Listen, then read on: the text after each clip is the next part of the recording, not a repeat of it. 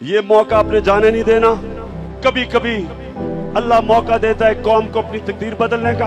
हम जब तक अपने लोगों को, अपने माँ बाप को, अपने भाइयों को, रिश्तेदारों को नहीं निकालेंगे, इसलिए कि हमें शायद फिक्र नहीं है कि आगे ये मुल्क किस तरफ जा रहा है। हमारी जिम्मेदारी है कि हम सब लोगों को निकालें।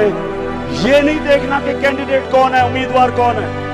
आपने बल्ले को वोट देनी है, आपने नजरिए को वोट देनी है, आपने नए पाकिस्तान को वोट देनी है।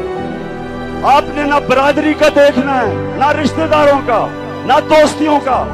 आपने ये 1970 के बाद ये दूसरा इंशाल्लाह इलेक्शन होगा जब आपने निकल के नजरिए को वोट देनी और इंशाल्लाह पाकिस्तान को जताना है।